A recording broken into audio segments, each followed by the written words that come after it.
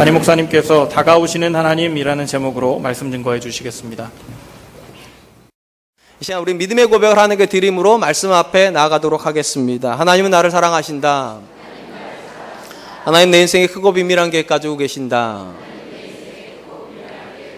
하나님 오늘도 나와 동행하셔서 그 계획 이루어 주신다.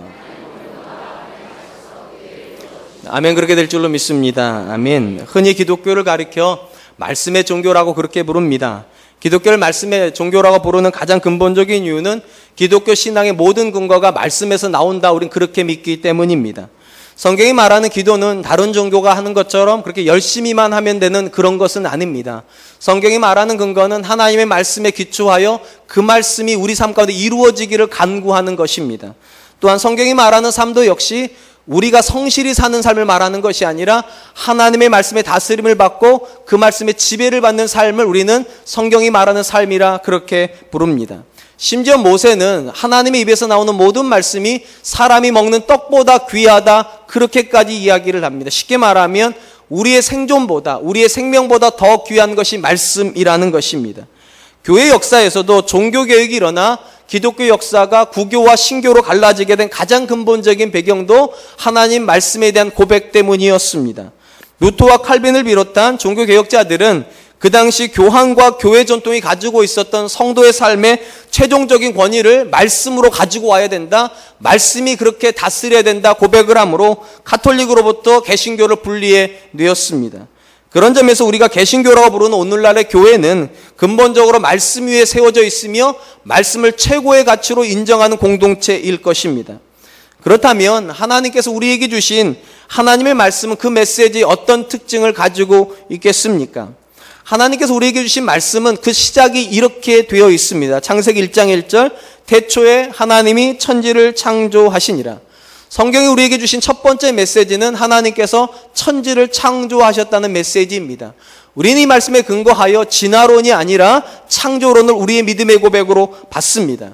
근데 단순히 창세기 1장 1절의 고백이 창조론에 대한 고백만이라고 보기에는 조금 부족한 부분이 있습니다. 저는 그것보다 더 중요한 내용이 담겨 있다고 생각을 합니다. 인류 역사의 출발점에 하나님이 서 계시다는 것입니다. 쉽게 말하면 인류 역사가 흘러가고 있고 거기에 하나님께서 편승하신 것이 아니라 하나님께서 역사를 시작하심으로 역사가 시작이 되었다는 것입니다.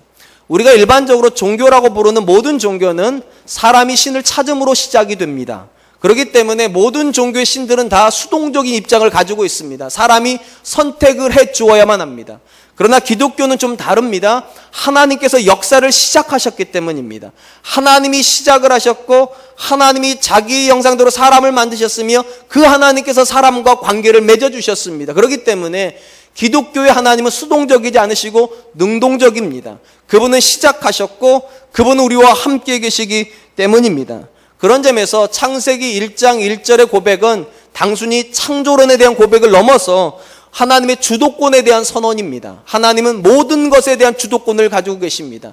피조세계에 대한 주도권뿐만 아니라 우리 인생에 대한 주도권도 하나님이 가지고 계십니다. 이 말은 철학에서 말하는 신과 기독교가 말하는 하나님 다르다는 것입니다.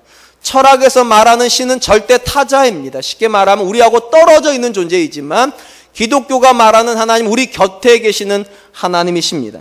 창세기 1장이 인류 역사의 출발에 대한 기록이라면 창세기 12장은 구원 역사의 출발에 대한 기록입니다.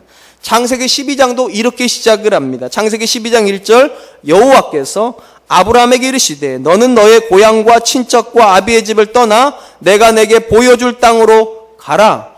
창세기 1장에서도 주어가 태초의 하나님이 시작점이었고 12장 구원의 시작에서도 여호와께서 아브라함에게 주어가 하나님이십니다. 쉽게 말하면 역사의 시작도 하나님이 하신 것이고 구원의 시작점도 하나님이 거기에 서 계셨다는 것입니다. 우리가 잘 알고 있는 대로 우린 일반적으로 아브라함을 믿음의 조상 또는 믿음의 시조라고 그렇게 부릅니다. 이 말은 오해가 없어야 됩니다. 아브라함이 믿음을 시작했다는 뜻이 아닙니다. 아브라함을 믿음의 조상이라고 부른다는 그 이면엔 이게 들어가 있습니다. 하나님이 아브라함에게 찾아오셨고 그 아브라함에게 찾아오신 하나님을 아브라함이 받아들였다는 의미입니다. 그러니까 아브라함이 믿음의 출발점에 서 있는 것이 아닙니다. 하나님이 서 계십니다. 그런 관점에서 믿음은 반응인 것입니다. 내가 하나님께서 시작하신 사건에 대해서 내가 반응으로 내 마음을 연 것입니다. 이러보건대 인류의 역사뿐만 아니라 구원의 역사도 다 하나님의 역사입니다. 하나님의 말씀이 가지고 있는 가장 중요한 특징이 바로 여기에 있습니다. 역사뿐만 아니라 구원도 하나님이 시작하신 분이시다. 저는 이런 하나님을 다가오시는 하나님이라 그렇게 고백하고 싶습니다. 하나님은 스스로 인류 역사를 향하여 다가오셨습니다. 아니, 엄밀히 말하면 역사가 없을 때 그분이 시작하셨고, 심지어 인류가 하나님을 거부하여 떠나간 뒤에도 하나님께서 인류 역사에 다시 찾아오셔서 아브라함을 만나 주셨습니다. 그래서 우리가 구원을 받았습니다.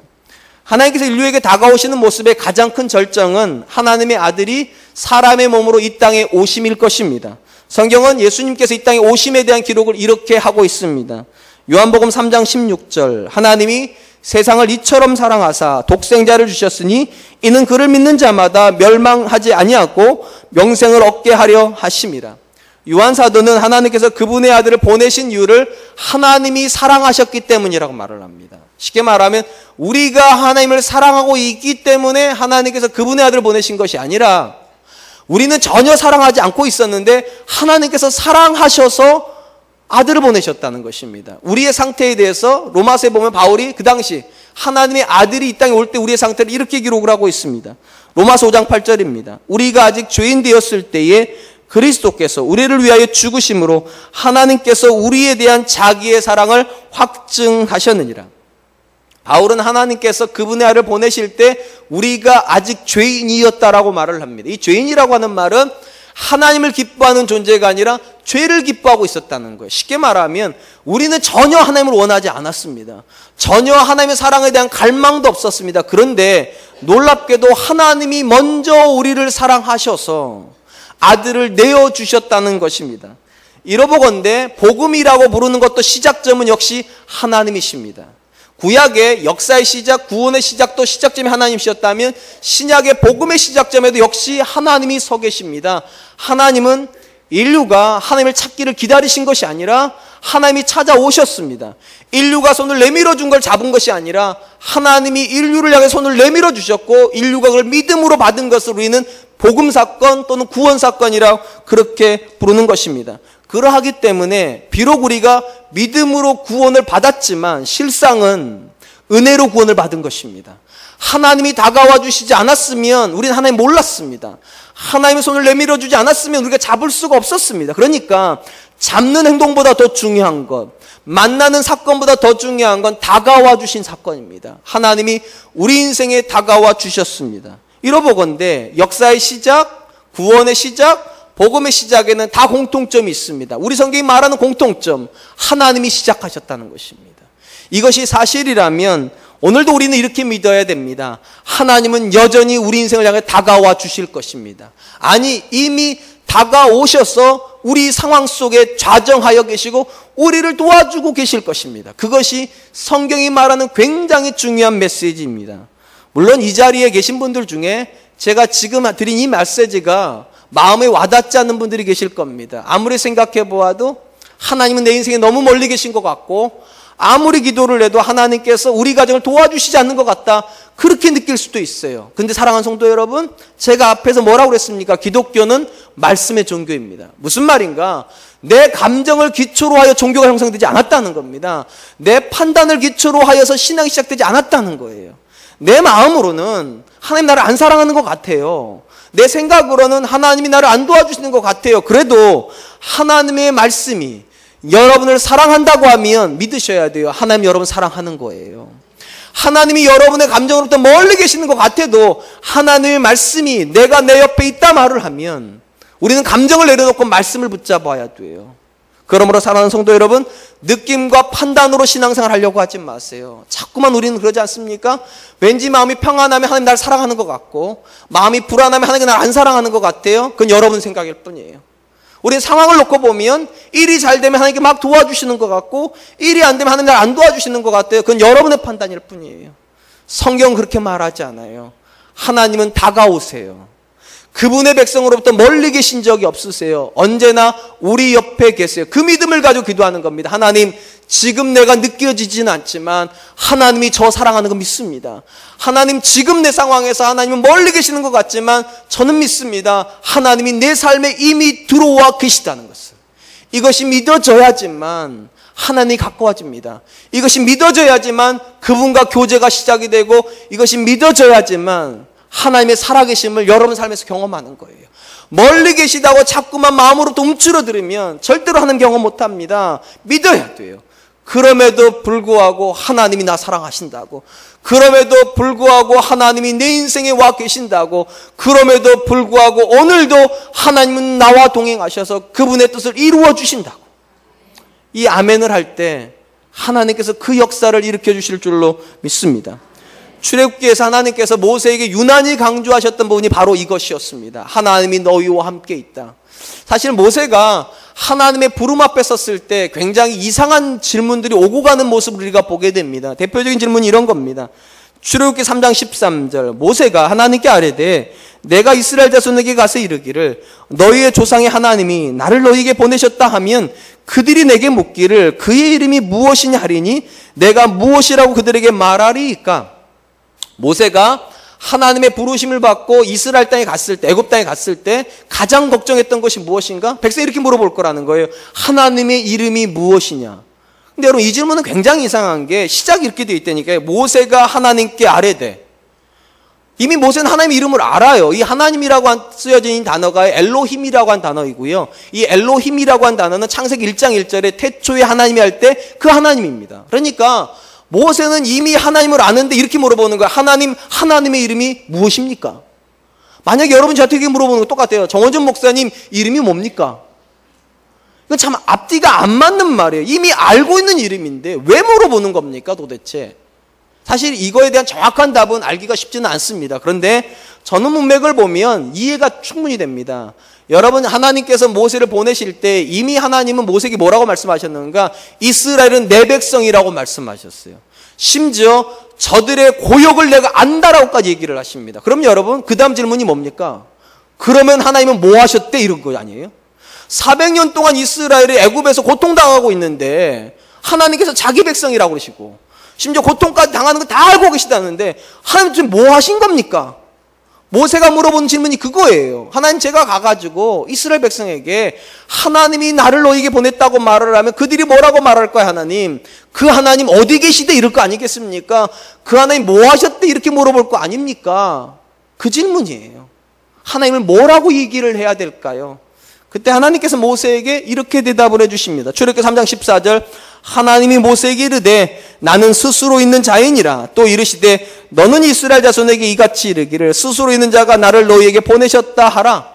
여기서 유난히 강조되는 단어가 스스로 있는 자란 뜻입니다. 이 스스로 있는 자란 뜻의 문자적인 뜻은요, 나는 존재하는 자란 뜻입니다. 이 나는 존재한다는 뜻에서 뭐가 나왔는가? 자존하신 하나님이 나왔습니다. 무슨 말인가 하면 저와 여러분들은 스스로 존재하지 못하죠. 왜냐? 하나님이 우리를 창조하셨기 때문에 존재합니다. 그래서 우리는 피조물이라고 부릅니다. 그럼 하나님은 어떤 분이신가? 누군가에게 피조되시지 않으셨습니다. 스스로 계세요. 그게 자존하시는 하나님이에요. 그러니까 모세에게 이렇게 말을 하는 거예요. 가가지고 이렇게 말을 해라. 스스로 있는, 즉 자존하신 하나님이 나를 너에게 보냈다. 근데 이 본문은 또 그렇게만 해석하기엔 약간의 부족함이 있습니다. 왜냐하면 이 스스로 있다고 하는 말이 단순히 자존하고 있다는 뜻만을 가지고 있지 않기 때문입니다. 그래서 그 다음에 하나님께 이렇게 설명을 하세요. 출애굽기 3장 15절에 하나님 또 모세에게 이르시되 너는 이스라엘 자손에게 이같이 이르기를 너희의 조상의 하나님 여호와 곧 아브라함의 하나님, 이삭의 하나님, 야곱의 하나님께서 나를 너희에게 보내셨다 하라. 이는 나의 영원한 이름이요 대대로 기억할 나의 칭호니라. 하나님께서 영원한 이름, 대대로 나를 기억할 칭호라고 부른 이름이 뭐 이름인가? 여호와입니다. 그러면 이 여호와는 뭐냐? 바로 앞부분에서 나왔던 스스로 있는 자에 대한 호칭이라고 보시면 됩니다. 여호와는 어떤 분이신가? 태초부터 지금까지 늘 계셨던 분이시고, 그리고 어떤 하나님이신가? 또 이렇게 소개해요. 여호와 곧 아브라함의 하나님, 이삭의 하나님, 야곱의 하나님. 이게 무슨 뜻인가 하면 아브라함하고도 함께 계시고 이삭하고도 함께 계시고 야곱하고도 함께 계시죠. 여러분 3단 논법으로 놓고 보면 그 다음에 너희와도 함께 계신 하나님. 쉽게 말해 이걸 우리에게 적용해볼게요. 아브라함의 하나님, 이삭의 하나님, 야곱의 하나님, 정원준의 하나님. 이게 성경이 말하는 하나님이고 영원한 하나님이 칭호랍니다. 쉽게 말하면 한 번도 하나님은 우리 곁을 떠난 적이 없다는 거예요. 이렇게 얘기하라는 거예요. 가가지고 너희 생각에는 하나님이 너희 곁에 멀리 있고 하나님이 너희 기도를 안 들은 것 같아도 나는 한 번도 너희 곁을 떠난 적이 없다고. 나는 스스로 있는 너희들이 오고 가라고 하는 존재가 아니라 내가 스스로 결정하여 너희 옆에 있는 여호와 하나님이니라. 사실은 이런 이야기는 모세에게도 잘 납득이 안 되고요. 이스라엘 사람들이 잘 납득이 안 돼요. 아니 그렇게 대단하신 분이신데 우리 잘 알잖아요. 창세기 1장에서 태초를 창조하신 분이시면 애굽 정도는 쉽게 해결해 주실 수 있는 분이시잖아요. 근데 그분이 400년 동안 침묵을 하셨단 말이에요. 400년 동안 그들의 하나님이 아닌 것 같았단 말이에요. 감정적으로도 하나님 우리 하나님이라는 게 안 믿어져요. 이성적으로도 하나님 우리 곁에 있다는 게 안 믿어져요. 그런데도 하나님 뭐라고 말씀하시는가? 감정으로 믿으려고 하지 말라는 거예요. 판단으로 믿으려고 하지 말라는 거예요. 선언이에요. 내가 너희와 함께 있다고. 한 번도 너희 곁을 떠나본 적이 없다고 가서 그렇게 전하라고. 사랑하는 성도 여러분, 오늘 하나님께서 제 입술을 통해서 여러분들에게 똑같이 말씀하십니다. 사랑하는 성도 여러분, 여러분의 감정이 여러분들을 속일지라도, 여러분의 판단이 여러분의 믿음을 꺾어 놓을지라도 속지 마세요. 하나님 이렇게 말씀하세요. 나는 여호와니라. 아브라함의 하나님, 이삭의 하나님, 야곱의 하나님, 너희 하나님. 한 번도 너희 곁을 떠나본 적이 없으며 한 번도 너희를 포기한 적이 없으며 한 번도 너희를 도와주기를 멈춰본 적이 없는 여호와, 내가 모세를 너희에게 보냈다. 사랑하는 성도 여러분, 그러므로 믿으세요. 감정을 따라 믿으려고 하지 마시고 판단을 따라 믿으려고 하지 마시고 말씀을 따라 믿으세요. 하나님이 우리와 함께 하심이라. God with us. 이게 무슨 뜻입니까? 임마누엘이라 할 것이니라. 여러분들이 예수님 믿었으면 또한 믿어야 된다니까요. 어떤 상황에도 하나님은 우리와 함께 계십니다. 그리고 이 믿음을 근거하여서 이스라엘 백성에게 요구한 것이 무엇입니까? 하나님이 도우신다는 확신을 가지고 출애굽하라는 거예요. 400년 동안 누구도 해본 적이 없는 일이지만, 아니 인류 역사에서 한 번도 시도된 적이 없는 일이지만 믿음으로 일어나라는 거예요. 하나님 너와 함께 있다고. 그럼 놀랍게도 이스라엘은 그 믿음을 가지고 출애굽의 역사를 감행해냅니다. 여러분 아시겠지만 인류 역사에서 노예가 스스로 자기의 노예 세상을 끊는 역사가 없습니다. 유일한 역사예요. 누구 때문에 가능했습니까? 하나님 때문에. 그래서 하나님 말씀하시는 거예요. 그게 가능하다고 믿으라고. 왜냐? 내가 너희와 함께 있다고. 사랑하는 성도 여러분, 하나님은 어떤 분이십니까? 우리가 잘 알고 있는 대로 하나님은 우리보다 높은 곳에 계신 분이십니다. 하늘 위에 하늘, 3층 천에 하나님의 보좌를 가지고 계세요. 그런데 더 놀라운 것은 그 보좌는 언제나 비어 있다는 것입니다.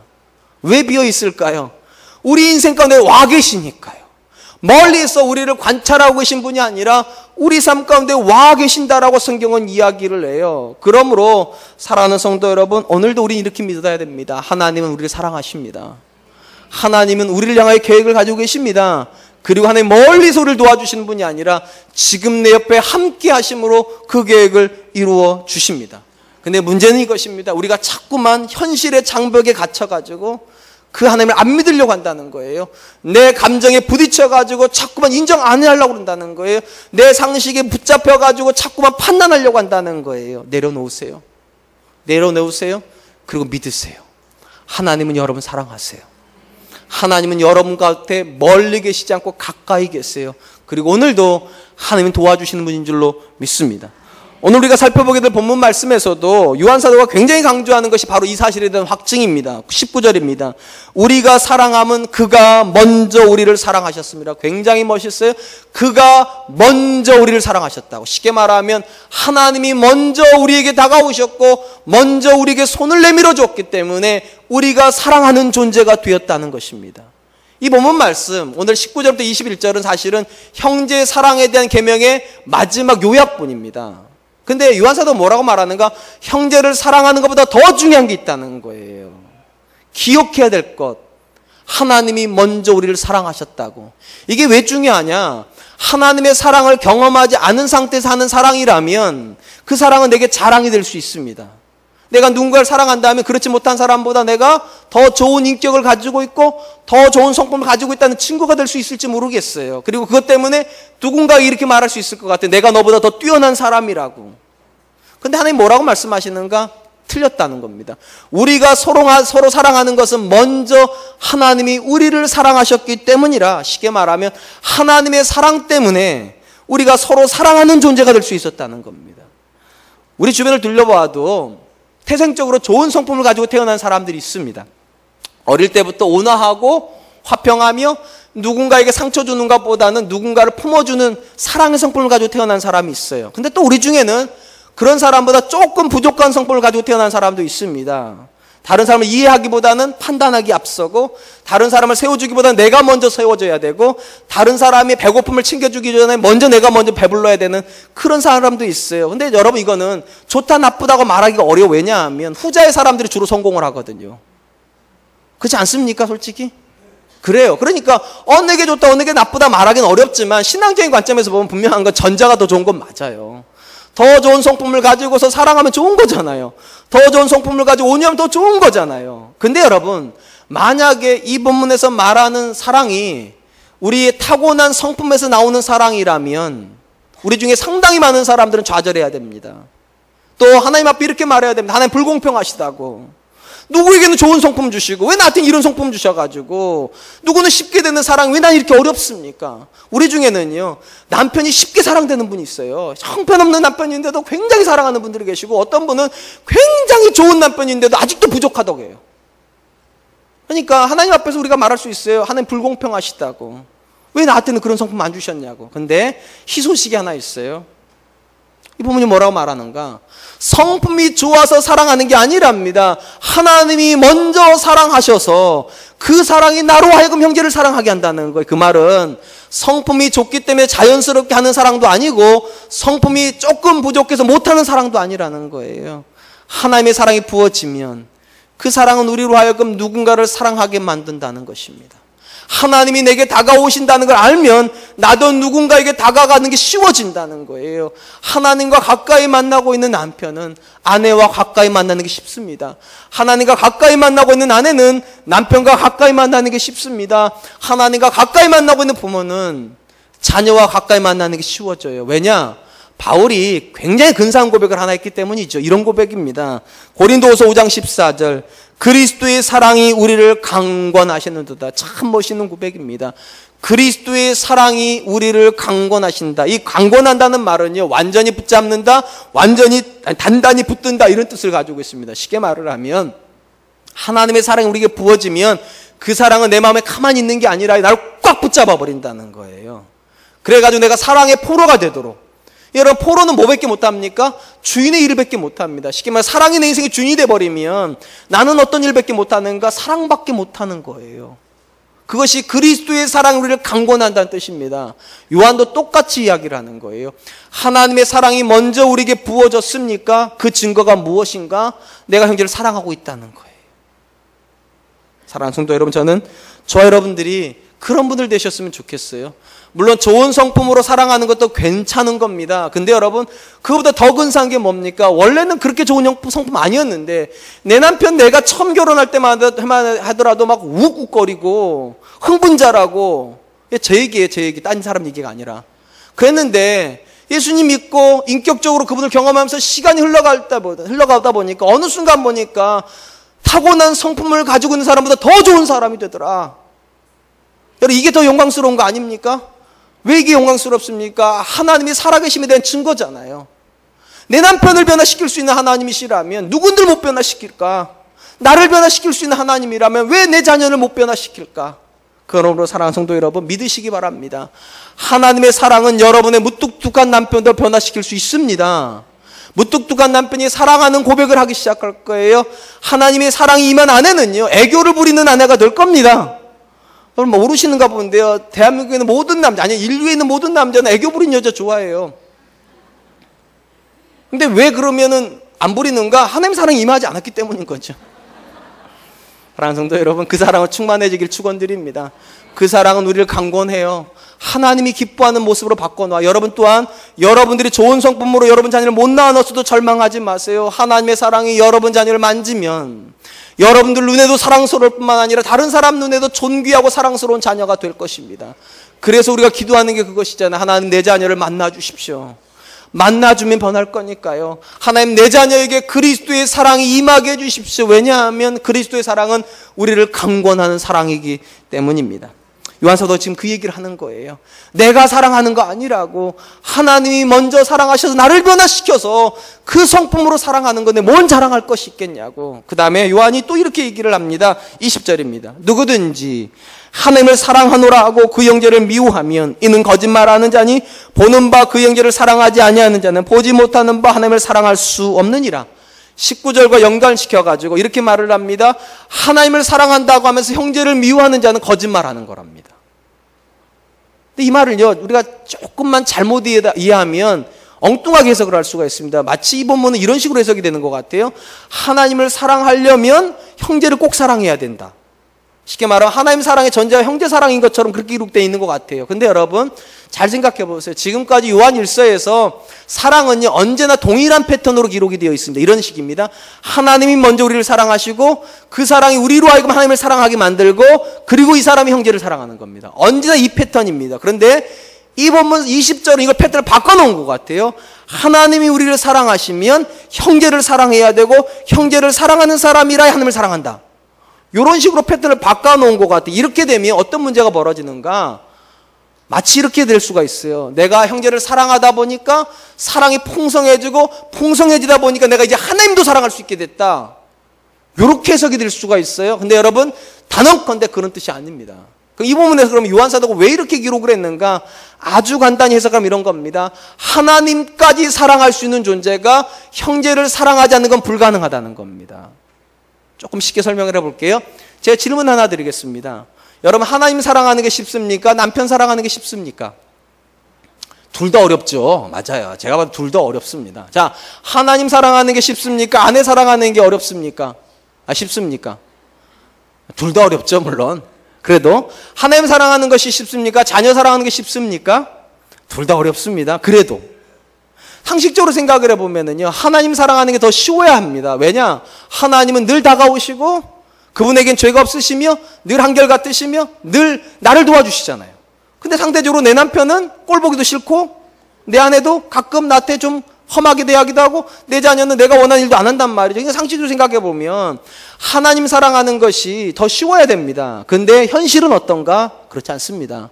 하나님 사랑하는 게 훨씬 어렵습니다. 이유는 딱 하나입니다. 내 남편, 내 아내, 내 자녀는 내 옆에 있지만 하나님 내게 눈에 안 보인다는 거. 그 하나 이유 때문에 하나님 사랑하는 게 굉장히 어렵습니다. 우리가 흔히 쓰는 말 중 이런 말이 있잖아요. Out of sight, out of mind. 눈에서 벗어나면 마음에서 벗어나진다. 여러분 이게 사람이 그래요. 가까이 있는 존재가 좋은 존재지 멀리 있는 존재는 좋은 존재가 아닌 사람은요. 그래서 눈에 보이는 사람은 사랑하기가 쉽지만 눈에 보이지 않는 하나님은 사랑하기가 굉장히 어렵습니다. 여러분 이건 굉장히 간단한 예잖아요. 남녀가 사랑을 합니다. 둘도 없이 죽을 것 같이 사랑하다가 이제 드디어 남자가 군대 갈 시간이 왔습니다. 여자가 이렇게 말을 해요. 2년밖에 안 된다. 그까지 2년 내가 충분히 기다린다고. 그럼 군대를 보냈어요. 한 달 지나요. 2달 지나요. 얼굴이 가물가물거려져 이제요. 근데 옆에 있는 연하남은 가까이 와 있으니까 눈에 보여요. 어떤 일이 벌어집니까? 고무신 거꾸로 신는 거죠. 사람이라고 하는 존재가 그렇습니다. 아무리 좋은 존재도 멀리 있으면 마음에서 멀어집니다. 그래서 하나님이 아무리 좋은 분이시더라도 가까이 있는 형제가 훨씬 사랑하기가 쉽습니다. 그런데 만약 누군가가 하나님을 사랑하고 있다 말한다면 그건 기적인 겁니다. 굉장히 어려운 사랑을 하는 거예요. 눈에 보이지도 않고 피부로 잘 느껴지지도 않는 그분을 내가 사랑하고 있다면 이건 대단한 일이죠. 그런 거죠. 요한이 지금 이렇게 말하는 거예요. 그렇게 대단한 사랑을 하고 있는 네가 눈에 보이는 형제도 사랑 못하냐고. 그건 거짓말이라는 거예요. 이 부분이 그런 거 20절이에요.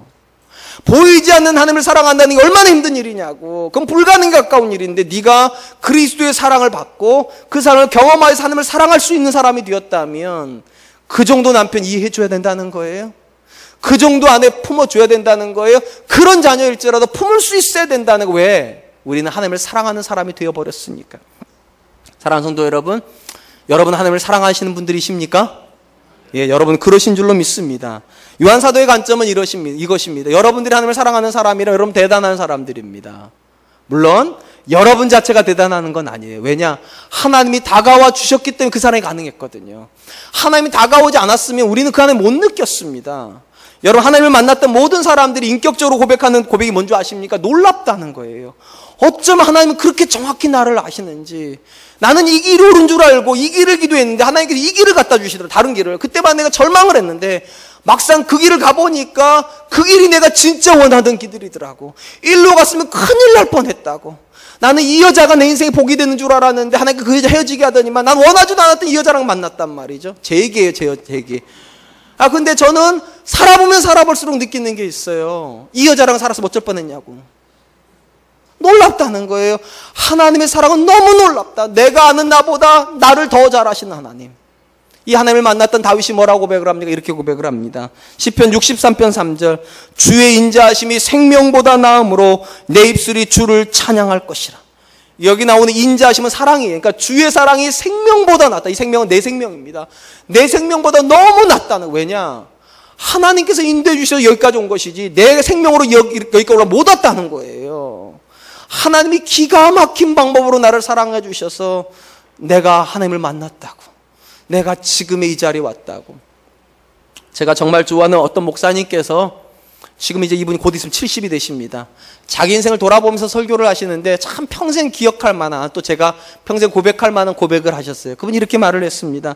하나님께서 만약 나를 다시 태어나게 해주시면서 스스로 내가 살았던 걸음을 그대로 살아서 이 자리에 오라고 그러면 나는 이미 살아왔던 삶이지만 다시 못 올 것 같습니다. 왜냐? 나는 내가 생각하는 것보다 훨씬 높은 자리에 왔으며 내가 생각하는 것보다 훨씬 많은 일을 이루었으며 내가 만날 수 없는 사람들을 만났다고. 그리고 그 모든 것 속에 하나님이 계셨다고. 하나님을 빼고 어떻게 나를 설명할 수 있겠냐고. 하나님을 빼고 어떻게 내 가정을 설명하며 하나님을 빼고 어떻게 내 사역을 설명하며 하나님을 빼고 어떻게 교회를 설명할 수 있겠냐고. 참 근사한 고백이에요. 여러분 하나님을 인격적으로 만나면 다 그렇게밖에 고백 못합니다. 하나님의 은혜가 없었으면 내가 어떻게 살았을까? 하나님의 은혜가 없었으면 내가 어떻게 지금 존재할 수 있을까? 하나님의 은혜가 놀랍다. 하나님의 은혜가 놀랍다. 사랑하는 성도 여러분, 우리가 어떻게 하나님을 사랑하였습니까? 바로 그렇게 사랑한 거예요. 상상도 할 수 없는, 측량할 수 없는 사랑을 우리가 경험했기 때문이에요. 그래서 여러분 성경에서 가장 긴 구절이 어떤 구절인 줄 아세요?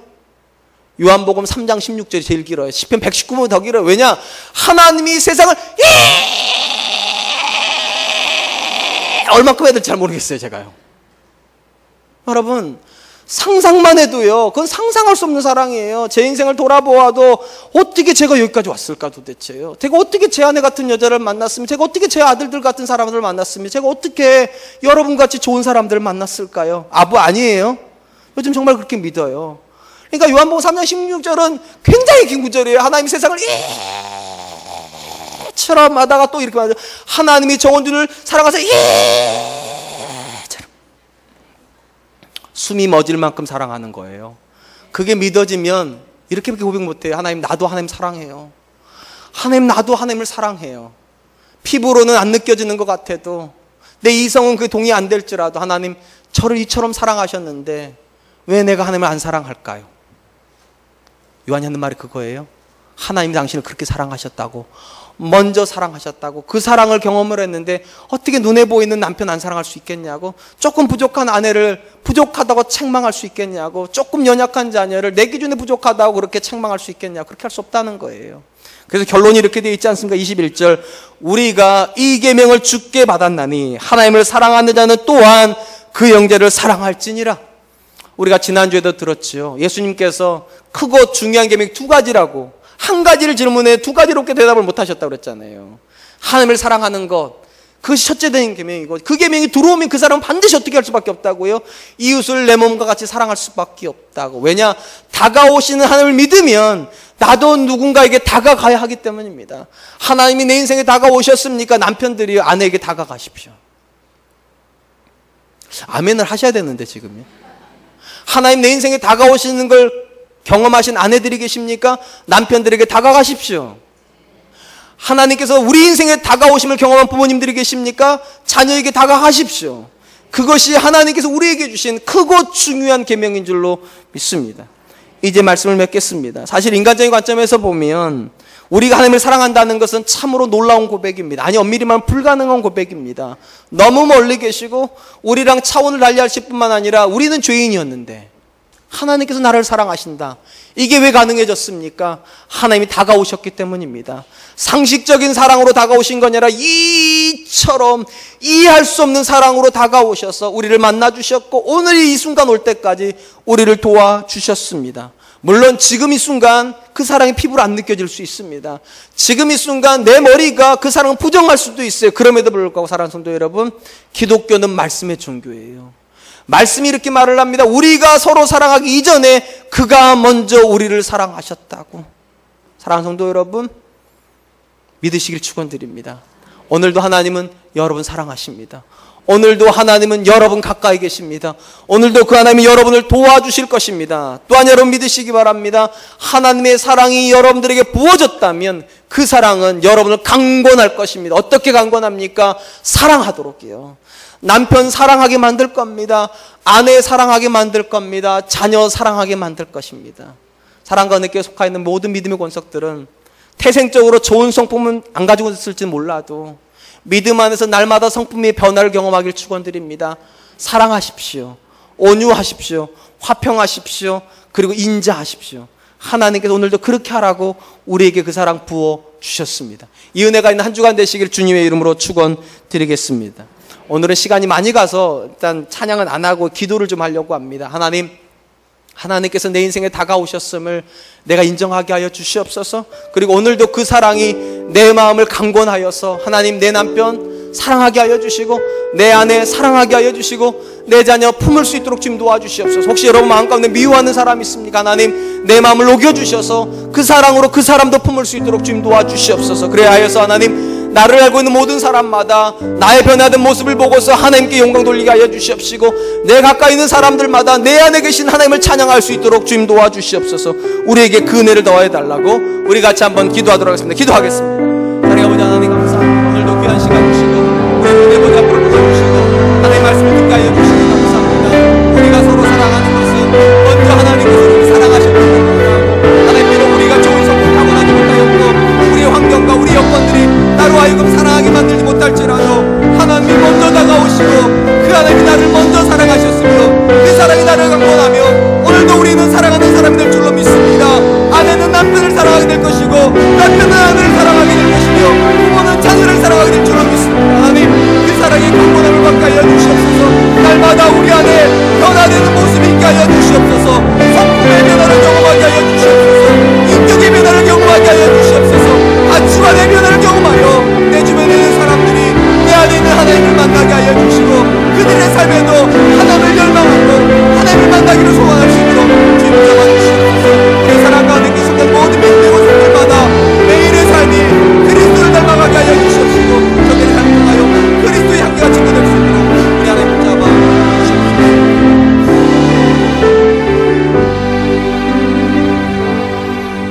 우리가 사랑하면 그가 먼저 우리를 사랑하셨습니다. 사랑의 아버지 하나님 감사합니다. 우리가 아직 죄인 되었을 때 우리가 하나님을 사랑하지 않았음에도 불구하고 우리가 하나님을 원하지 않았음에도 불구하고 하나님이 우리에게 다가와 주시고 손을 내밀어 주심으로 우리가 하나님의 자녀 되었음을 믿습니다. 하나님 오늘도 우리 인생 가운데 다가오심을 믿는 사람들이라면 하나님 낙심하지 않게 하여 주시옵소서. 좌절하지 않게 하여 주시옵소서. 비록 내 감정은 내 생각은 하나님 멀리 계실지라도 하나님의 말씀이 그 하나님 가까이 계신다고 말씀하신다면 그 말씀을 붙잡고 오늘도 하나님과 동행할 수 있도록 주님 도와주시옵소서. 하나님 또한 바라고 원합니다. 하나님 우리를 향하여 사랑으로 다가오셨다면 그리고 우리가 그 사랑을 받아 하나님의 자녀가 되었다면 하나님 우리도 내 남편을 향하여 다가가는 아내 되게 하여 주시옵소서. 아내를 향하여 다가가는 남편 되게 하여 주시옵소서. 자녀를 향하여 다가가는 부모 되게 하여 주시옵소서. 그리하여서 하나님 우리의 삶의 고백을 통하여 하나님께서 우리를 강권하시는 고백이 드러날 수 있도록 좀 도와주시옵소서. 우리는 온전한 사람은 아닐지라도 날마다 그리스도를 닮아가는 사람 되게 하여 주시고 우리의 삶을 통하여 그리스도의 향기가 드러나는 사람들 될 수 있도록 주님 도와 주시옵소서. 감사드리며 예수님의 이름으로 기도하였습니다. 아멘.